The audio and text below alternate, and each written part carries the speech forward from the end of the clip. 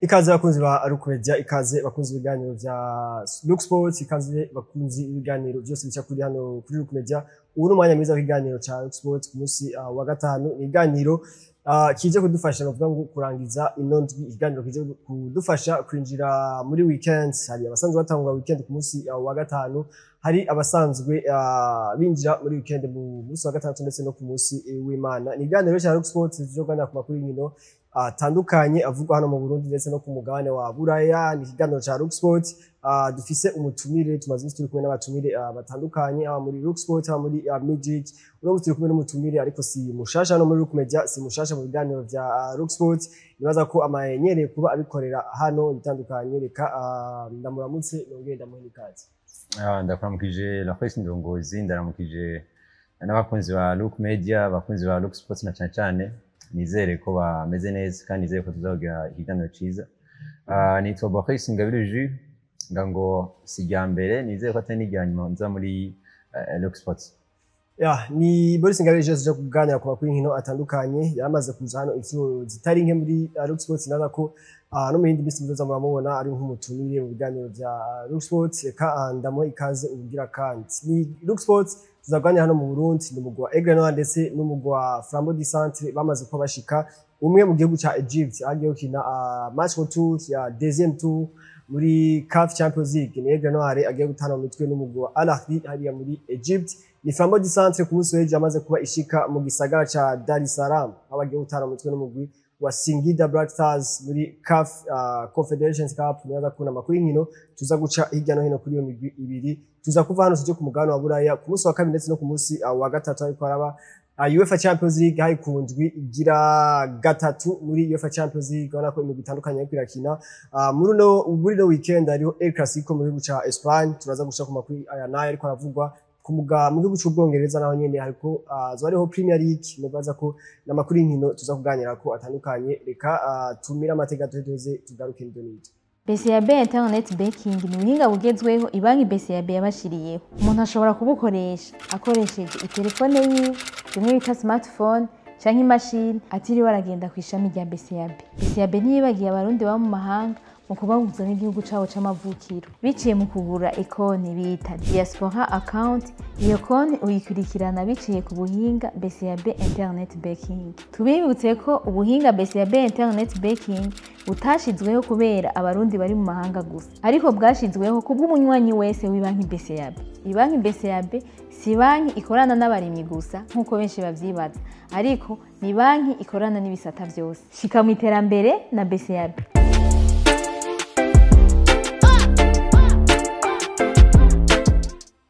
Tugaruke n'indonito y'ikiganiro cacu. Mwamaze kubona umutumire turi kumwe, naza kwaza kudufasha ku makuru y'inkino atandukanye. Duhere hano mu gihugu cacu Burundi. Ni umugwi wa Aigle Noir wamaze kuba ushika mu gihugu ca Egypt mu gisagara ca Cairo,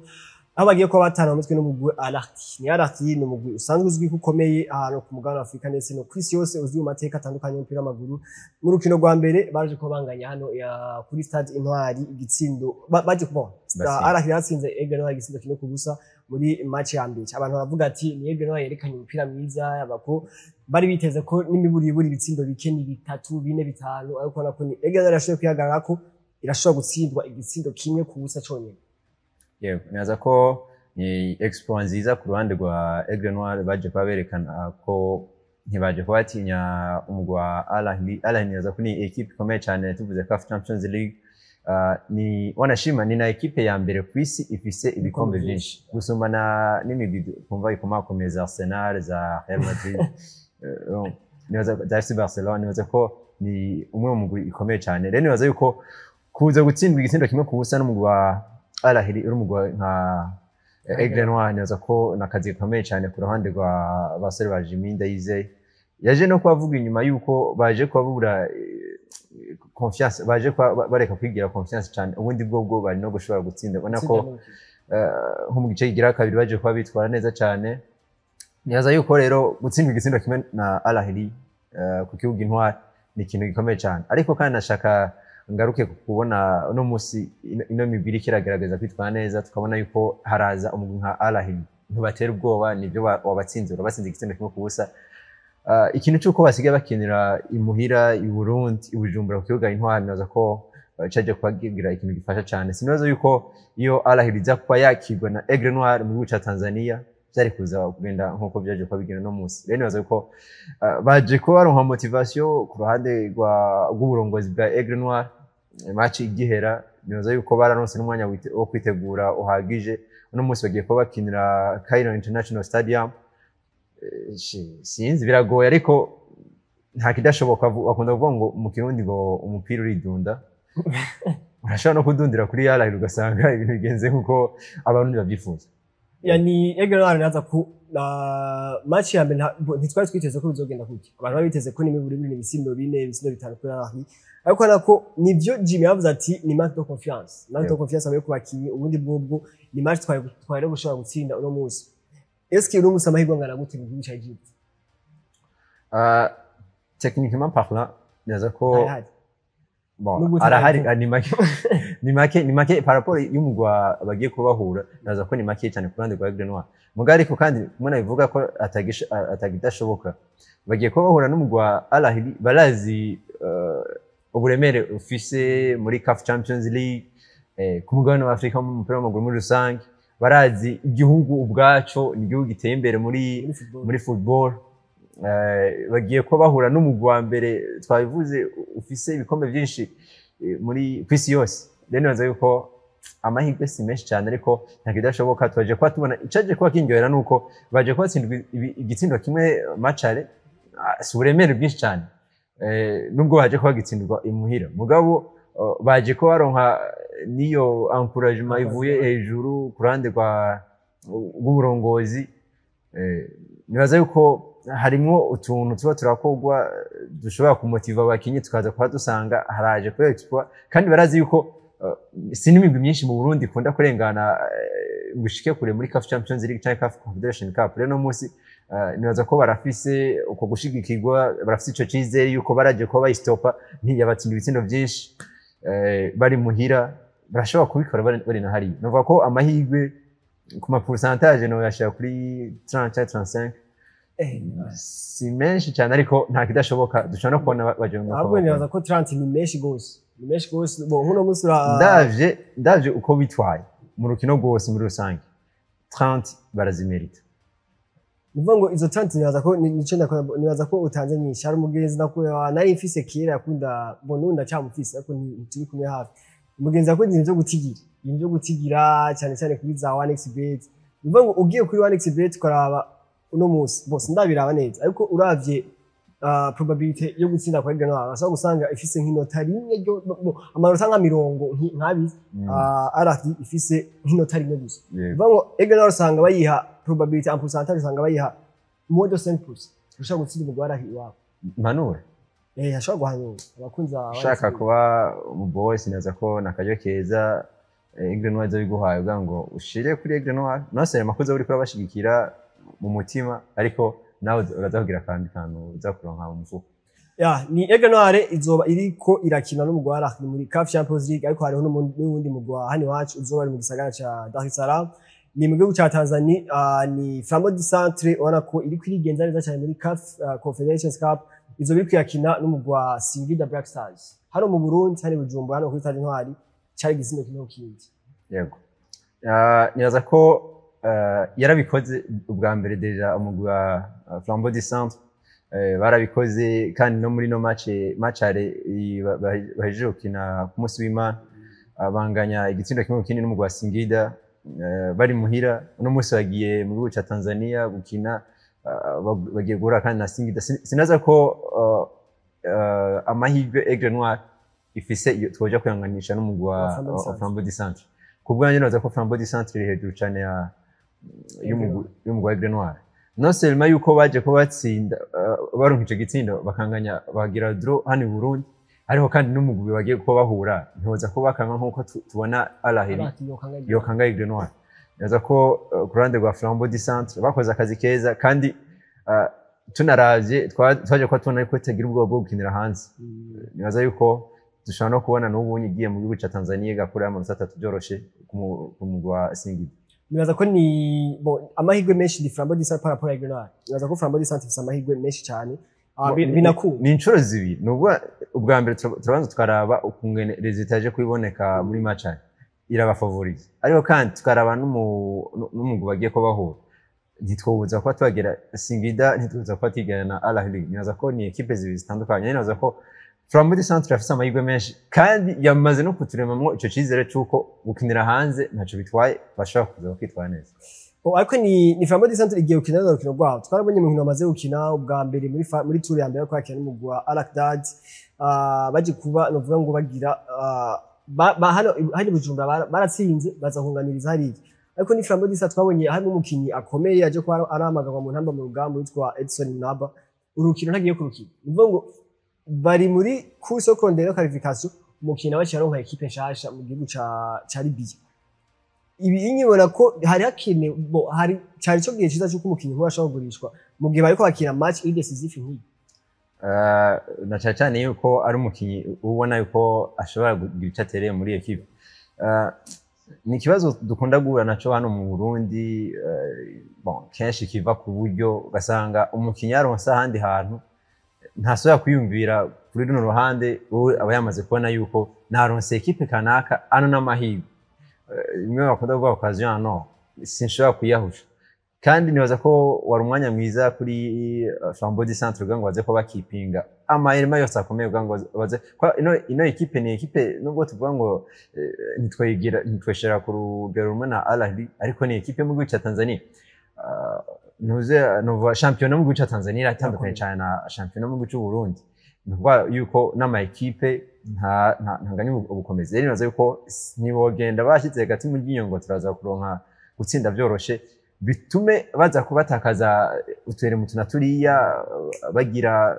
ubunebwe ahantu hariya nibaza ko kuba baje kubatakaza umukinyi uyica nguriya biraza kuba bibafekta buke nubwo bidashobora guhindura resultat muri rusange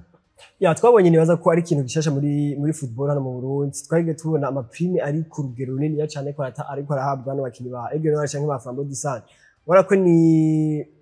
Flambeau du Centre yo nibaza ko biri no ku rundi rugero twari tumenyereye muri Egrenwar babwiye ngo niyo mwashobora gutsinda umugwara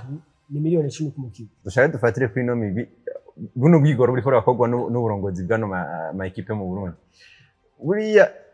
Hajya CAF irafise n'uburyo itanga wanashima muri ubu bwaranongereje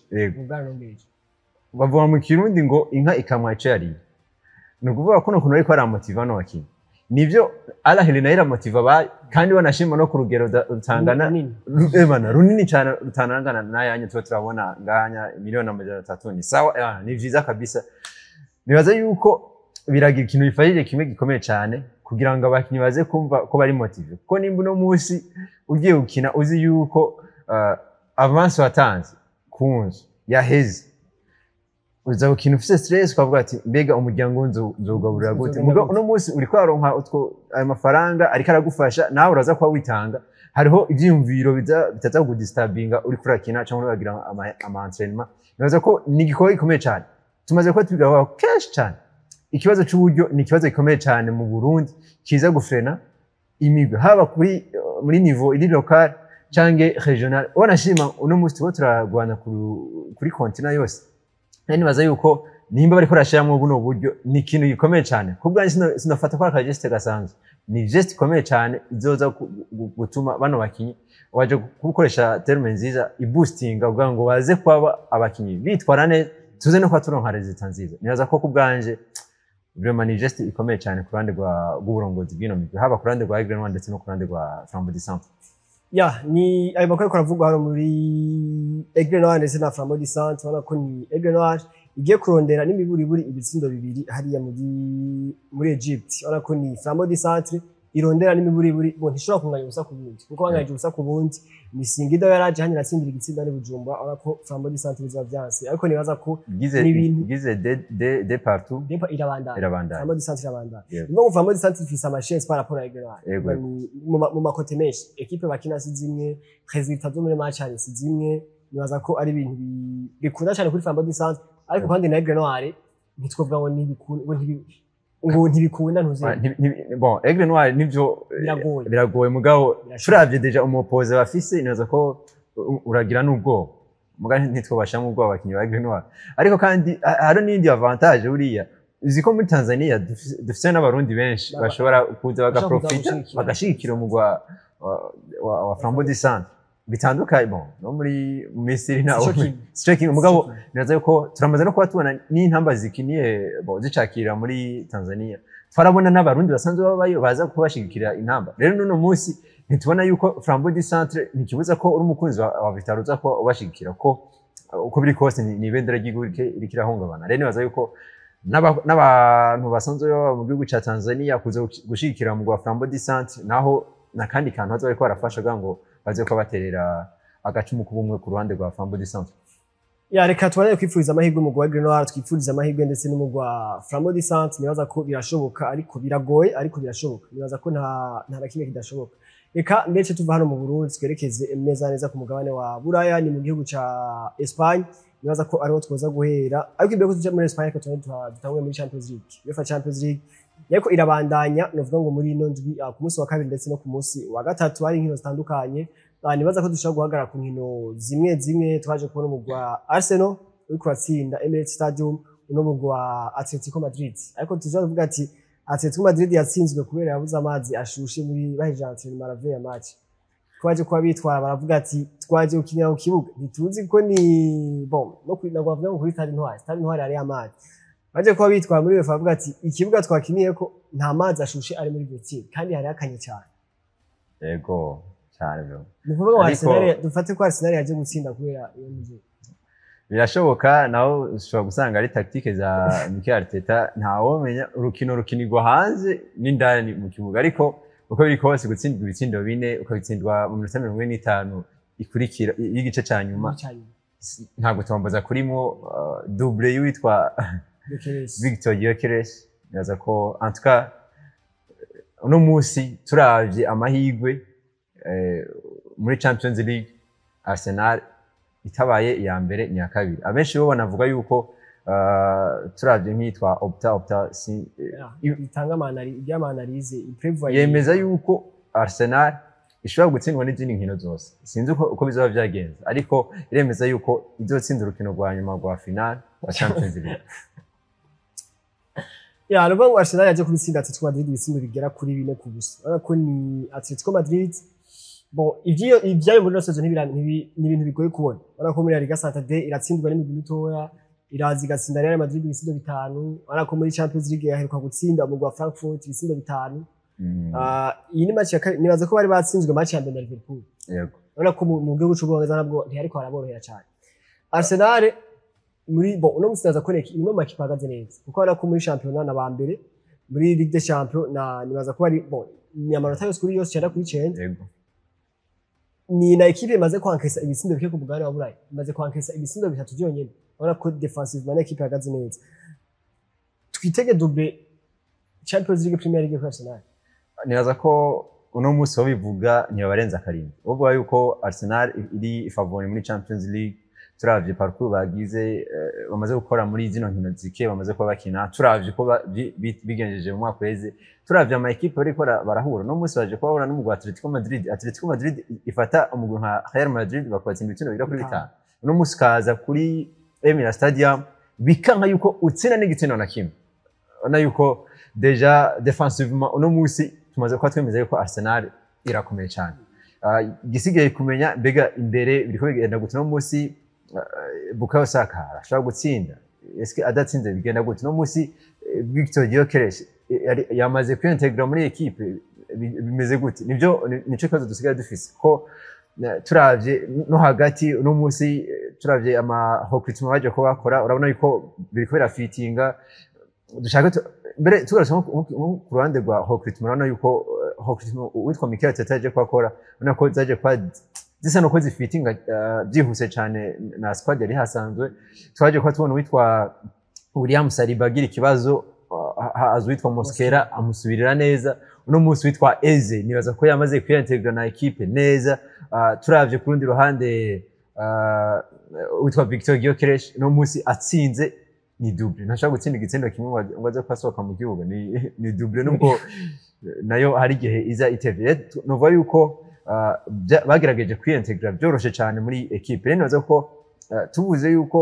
Arsenal ishobora kuza iri mu za mbere zihabwa amahirwe mu gutwara Champions League naza ko nta kwenda kuba kurimo koko no mwaka weze ngira ngo gutsinda umugwi nka Real Madrid arere tu naza ko cyari igikorwa gikomeye cyane rero n'umunsi ho bafise ni avantage ko inkino za mbere bamaze kubakina baje ko bitwa neza batsinze umugwi nka Atletico Madrid nakazi gakomeye cyane ku ruhande rwa Mikel Arteta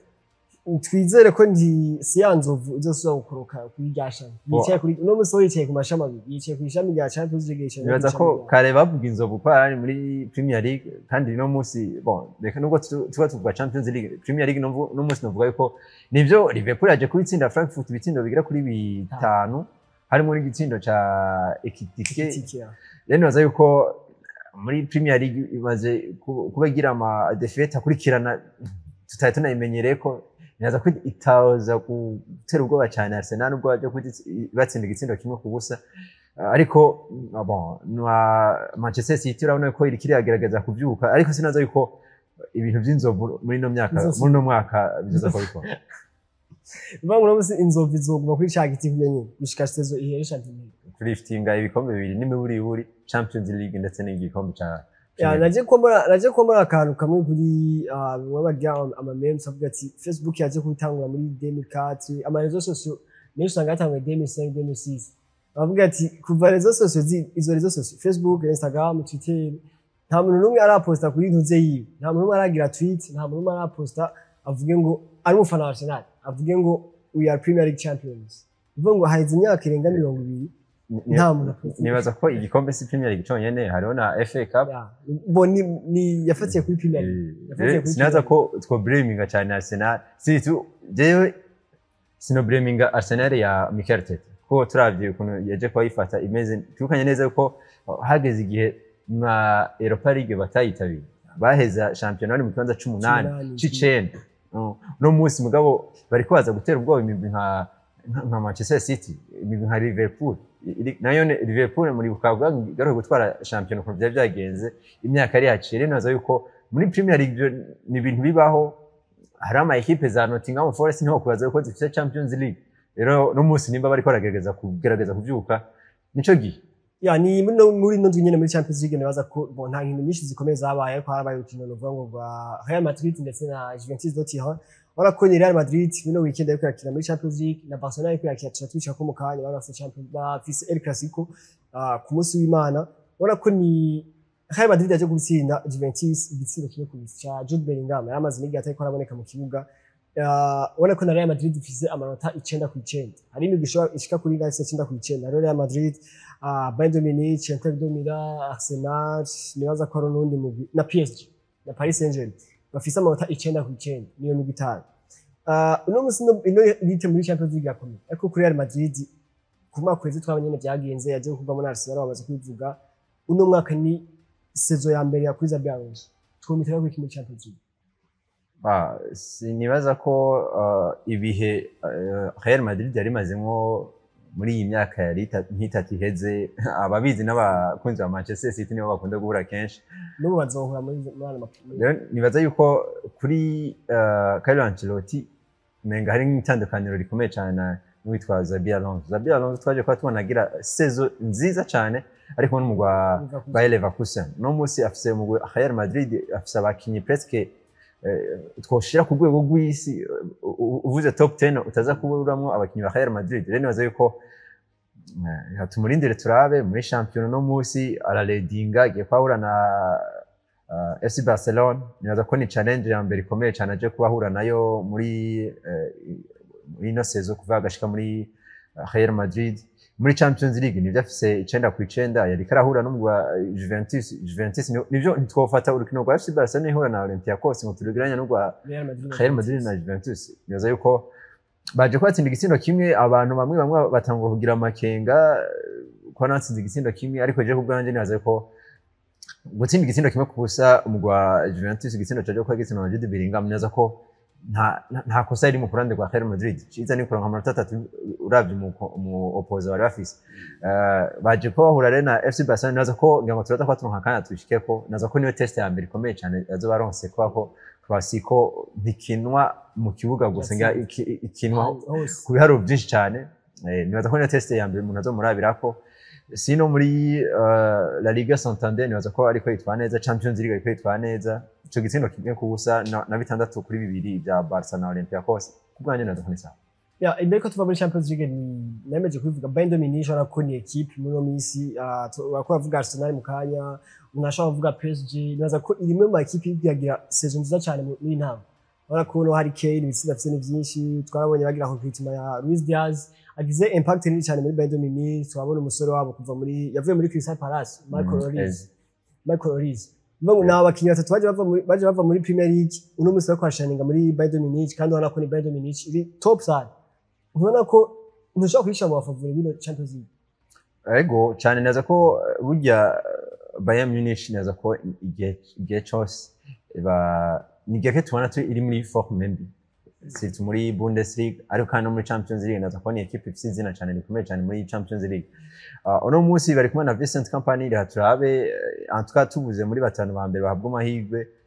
Twavuze Arsenal ariko ntitwegira nyene hariho ku rundi ruhande umugwa Paris Saint-Germain kubivuga, hari umugwa Bayern Munich, hari kandi na FC Barcelona ntitwishira kure meme na Real Madrid, ariko nibaza ko tuvuze umugwa nka Bayern Munich na Harry Kane wabona ko nibaza ko namwe mu basore no munsi bateranye ubwoba cyane ku bintu bijyanye no gutsinda no munsi ngangi cyato cy'inzabuga ngo bagitange bizogana cyane. No musi title race yamaze kwitangura mu bijanye na n'ikirato cy'inzahabu. Yego. Ni reka tuje muri Espagne. Ariko imbere ko tuva muri Champions League nashaka ngaruka kantu sinzi ko ubona kumenga muri Champions League mu byo mu Bwongereza iriko irasa no kumenga irashaka kuduga sito nka kuno musi ugira gatatu abongereza baje kwa bitwara neza Real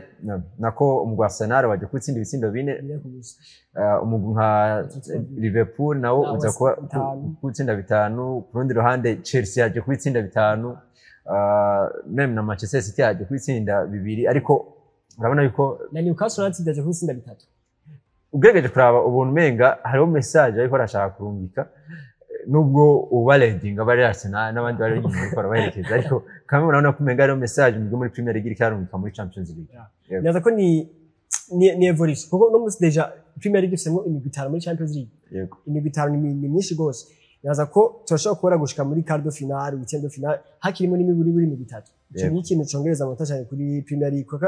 wabona ko Arsenal itegeza kurengana amafaze de group, Liverpool naza ko nyene nuko Man City yashaka kugora nuko Tottenham Hotspur yaje kuba inganya match muri no ndwi yangaje no mu West Monaco na Newcastle United itanguye neza. Itanguye neza twaje ko tubona bakina bamaze kugira victoire zibiri. Ubona ko nayo nyene bahagaze neza. Nibaza ko English Premier League muri no mwaka turashobora kubona ama equipe menshi ashika kure muri Champions League cyane. Reka tuje muri Espagne, muri La Liga Santander bazoba ikunzwe igira 10 bazoba ku munsi w'Imana igenekezo rya 26 wala ko ni Real Madrid turiko atana mutwe na FC Barcelona El Clasico. Turibuka ko mu mwaka uheze ni Barca dominye cyane, bivuga ngo ya cyane gose no mu FC Barcelona zino El Clasico wala ko yazitahukanye zose kandi no kubitsindo byinshi bine asanze ko Bernabeu 4 5 ubona ko uno mwaka twitegiye ko ni equipe zitandukanye. Real Madrid itandukanye na Real Madrid yo mwaka uheze, coach arahindutse, abakinnyi bamwe ni bashasha, system de jeu ni shasha. Bo uvuze yarahindutse, iyo yahindutse ija hasi cyangwa ija hejuru. Bo uno musinyaza ko ni haragera ko tujija ko yanditse ija cyangwa hejuru. Kubera ni nta matest akomeye turabona kuri Real Madrid muri season. Nivyo. Bo nta test turabona zikomeye cyane, niyaza ko challenge ya mbere ikomeye cyane agiye kubagira ni ino weekend. Ni no rukino nibaza ruzoriko raca ikibiraho kuri Look Media. Bikunze yaza ko ari kibazo kwikira. Rero nibaza yuko ku ruhande rwanje witwa Xabi Alonso naza ko ni test ikomeye cyane agiye kwaronka kuba agiye guhura na Hansi Flick. No musi ni Barca yiwe nibaza ko iteranye ubwoba cyane. Nibwo ariko baraje gutsindwa. Ni Barca irateranye ubwoba nibaza ko tugiranje no mu mwaka kwezi. Twavuga ko yakorotse gato. Yego mugabo nibaza ko kubwanje nubundi Barca iri kubwanje no musi Barca iracari hejuru ya Real Madrid ariko ahantu bigiye kuba biryohera Barca yaragabanije aho karira nkako yari ifise mu mwaka weze no musi igiye kuba ihura n'umukoci mushasha kandi nibaza yuko mu bakinyi ba Real Madrid barafise ako gashavu kuko mu mwaka weze baje kubatsindwa ama El Clasico yose ibitsindo byinshi byinshi cyane nuvuga barabaye domine cyane rero nibaza ko uno munsi nako gashavu kari mu mitwe y'abafana ba Real Madrid ariko kandi nibaza ko nimba kari mu bafana no mu bakinyi kari no mu burongozi banashima kuri Florentino Perez rero nibaza ko bategerezwa gushiramo ingufu nyinshi cyane kugira ngo baze kwa ni naco gituma ino El Clasico nibaza ko izoba ikomeye cyane ku ruhande rwanje tugiye kuba tubona El Clasico ikomeye cyane ku ruhande rwa FC Barcelona bashaka kubandanya nyine ka kantu kuko badomine ya Real Madrid nubwo bitaba byabitsinda ariko kame maze kuba yitsinda kugira ngo bandanye bari muri cya gitutu cize cyuko baje kubatsinda en plus FC Barcelona no musiri nyuma ya Real Madrid muri classement La Liga Santander ni kuvuga ngo nibaza kubatsinda Real Madrid baraza kuba basura kuduha rero nibaza ko harimo ako kantu ko bashaka gutsinda no se mabwa ngo babandanye ya streak bari basanzwe barimo yo gutsinda Real Madrid ariko kandi baze no kubaduka muri La Liga Santander ariko Real Madrid nayo turavye kumene iri kwitwa no munsi ngo muri La Liga Santander urabona ko riko yitwara neza Champions League nuko naho gashavu kuko batsinze mu mwaka weze ni El Clasico izo ikomeye cyane nkuko ubwabona bizogenda gute irashobora kuba draw tubanye naza ko ikintu cya mbere iteze muri zino match draw ariko ibitsindo byinshi ya dufata ashaka kumwaya 3 ku bindi 2 ku bindi 3 sinibaza ariko 2 ku bindi birashoboka kubera ko bose no munsi tubona ko Kylian Mbappé ari ku murindi ukomeye cyane wo gutsinda ibitsindo FC Barcelona hadatsinze Yamal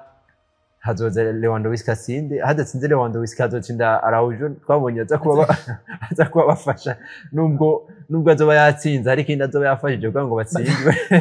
rasa yuko Barca ifise aba goal scorers benshi mugabo Real Madrid no munsi urabona ko Kylian Mbappé kandi nibaza ko Mbappé nawe ubwiwe personnel arashaka gutsinda FC Barcelona nasema kwitsinda igitsinda ariko kurangiza match yabaye yatsinze namye ndaraba Mbappé ahura na Lamine Yamal ntaramutsinda na rimwe ibe muri national team ibe no muri ma clubs ntarabatsinda na rimwe rero nibaza ko personnel ma kantana gafise apana gutsinda aramaze kubatsinda igitsindo mugabo arashaka gutsinda kame victoire arangize yatsinze urukino kandi nibaza ko